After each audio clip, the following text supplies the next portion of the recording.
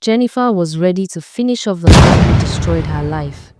She walked through the automatic doors of the international airport. Her hands were steady, but her heart was pounding so hard she could hear it in her ears. She had given Joshua 10 years of her life, and he threw it all away for a woman he met on a business trip. The arrivals hall was crowded with families holding flowers and balloons. Jennifer found a spot near the exit where she could see clearly. She touched her pocket again to feel the cold metal inside. Just one shot was all she needed. One shot and Joshua would pay for everything he did to her. Her mind went back to when they met in university.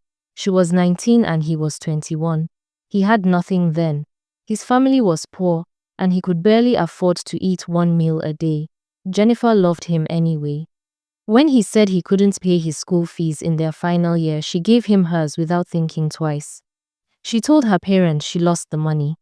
Her father beat her with his belt until her back was covered in marks. Her mother cried and called her a fool. But Jennifer didn't care. Joshua was her future. After graduation, Joshua couldn't find work. Jennifer sold her laptop and her phone to give him money for job interviews. She wore the same 3 dresses for 2 years, while Joshua went to interviews in new shirts she bought him. Her friends told her that Joshua was using her. Her family kept warning her. They said she was wasting her life on a useless man. But Jennifer stayed. She believed in him when nobody else did. Then Joshua got his big break. A company hired him, and within 3 years he was doing well. He started traveling for work. He bought a car. He moved to a better apartment. Jennifer thought finally their time had come. Finally he would marry her like he promised. Finally her parents would see that she was right to wait for him. But Joshua started changing. He stopped answering her calls. When she asked about marriage, he said he wasn't ready. When she cried, he said she was being dramatic. Then one day he sat her down and said he met someone. Her name was Benny. He met her at a conference in Europe. They had been talking for a while and he knew she was the one. He was going to marry her. Jennifer begged him. She reminded him of everything she did for him. Joshua looked at her with cold eyes and said that was her choice. Nobody forced her. He said Benny was educated and came from a good family. He said Benny understood his ambitions. Then, he left and never came back. 3 months later, Jennifer saw the wedding photos on social media. Joshua and Benny looked so happy. 6 months after that, Benny posted photos of their new house abroad. 1 year later, she posted photos of their twin baby girl and boy. Their page was full of perfect family moments. Joshua had become the man Jennifer built, but with another woman enjoying it all. The screen above Jennifer's head blinked. The flight from abroad had landed. Her breath caught in her throat. She reached into her bag and wrapped her fingers around the gun. Any minute now, Joshua would walk through those doors. Passengers started coming out. Families ran forward to hug their loved ones. Jennifer's eyes scanned every face. Then she saw him. Joshua walked out pulling his suitcase. He looked good. The life she paid for written all over him.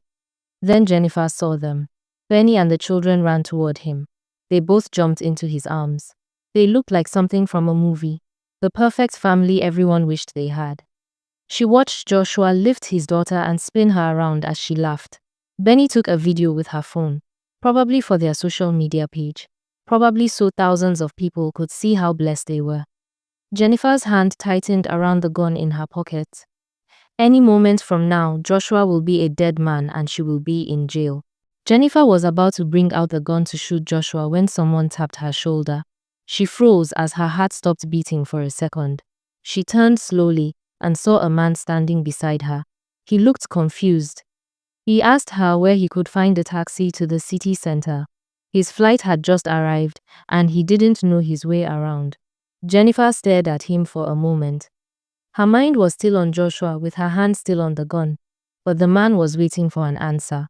He looked harmless and lost. Jennifer pulled her hand out of her pocket. She pointed toward the exit on the left side of the building. She told him the taxi stand was just outside those doors. He asked her some other questions which she answered. When the man finally thanked her and walked away, Jennifer turned back to the spot where Joshua had been standing. They were gone. She ran toward the exit. She got outside and scanned the parking lot.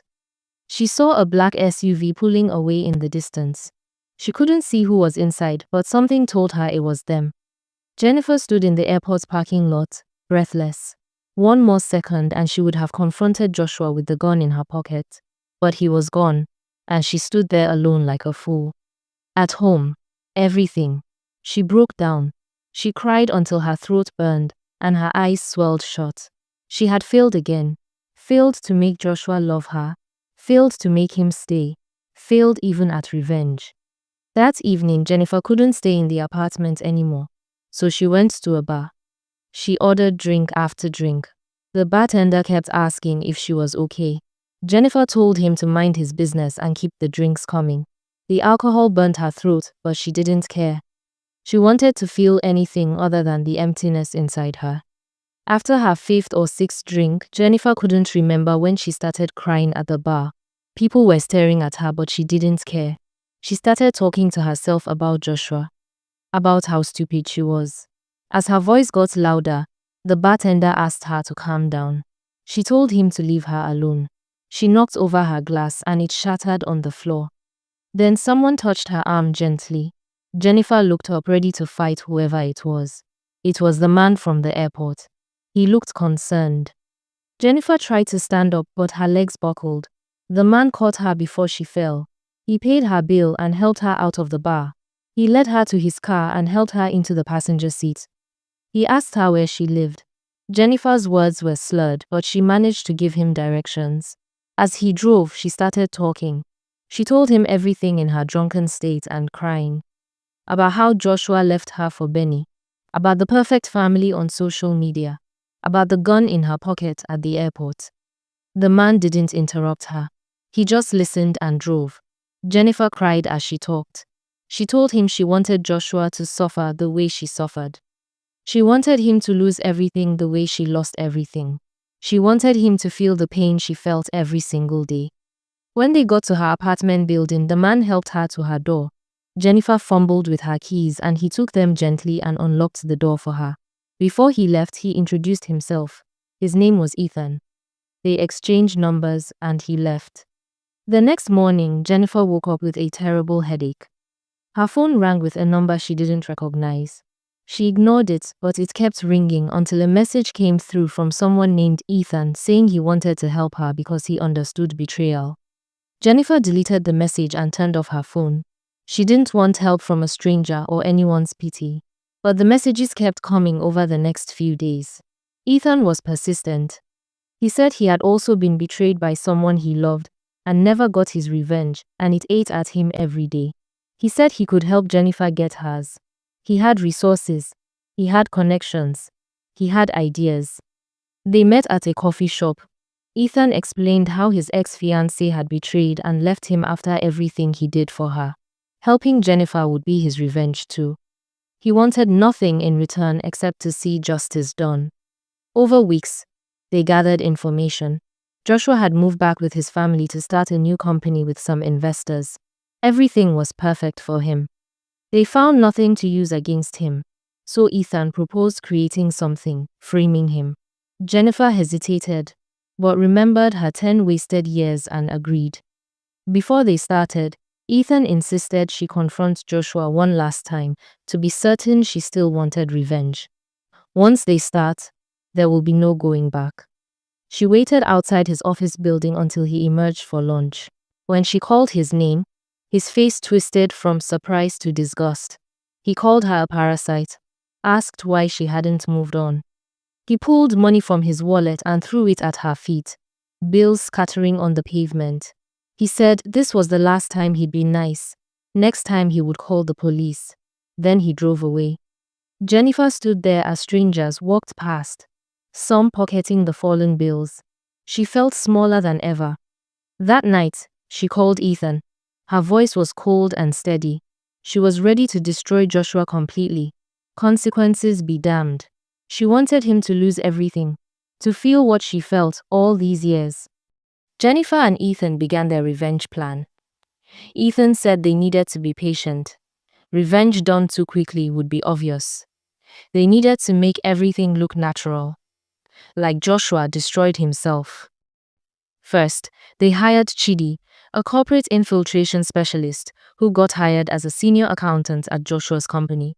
For 3 months, Chidi planted fake evidence, falsified transactions, forged bank statements, fabricated emails, all showing Joshua embezzling company funds.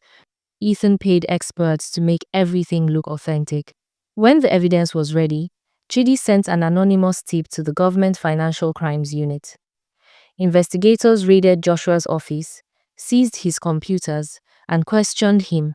The story leaked to social media. Joshua's perfect family image shattered as people called him a thief.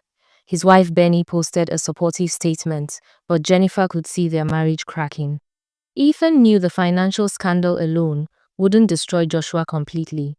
They needed to break his marriage, because Benny's wealthy, politically connected father was Joshua's lifeline. Without that support, Joshua would have nothing. They hired Delilah, a sophisticated woman who knew how to manipulate lonely men. As the investigation pressured, Joshua and Benny grew distant. Delilah appeared everywhere: the gym, coffee shops, his favorite restaurant. She listened to his complaints and made him feel understood when everyone else abandoned him. After 6 weeks, Joshua met Delilah at a bar following a devastating court hearing. She bought him drinks, touched his arm, leaned close. They left together for a hotel room where Ethan had hidden cameras. The footage captured everything. 2 weeks later, Ethan leaked the video to a scandal blogger. It went viral within hours. Benny immediately filed for divorce. Her father cut all ties, and Joshua lost his remaining support. The company collapsed as investors fled, and the embezzlement conviction forced him to repay millions he no longer had. He lost his house, cars, and assets. Benny's lawyers used the video and conviction to destroy him in divorce court. Giving her full custody with Joshua allowed only supervised monthly visits. Jennifer heard Joshua had moved to a small apartment and started drinking heavily. His perfect life was erased. One evening, he confessed he'd fallen in love with her. Jennifer, still broken from Joshua's betrayal, told him she didn't know if she could love again. Ethan said he would wait. Jennifer started therapy and stopped obsessing over Joshua. She focused on healing, slowly, with Ethan's patient presence. The emptiness filled with hope. A year later, Jennifer took Ethan's hand and told him she was ready to try loving again. They got married in a small ceremony with close friends only. They traveled abroad where Ethan lived because he only came to the country for an unfinished business with Joshua. Jennifer won. Not because Joshua suffered, but because she finally stopped suffering. She let go and moved on. That was the best revenge of all. You can invest in people but never forget to invest in yourself.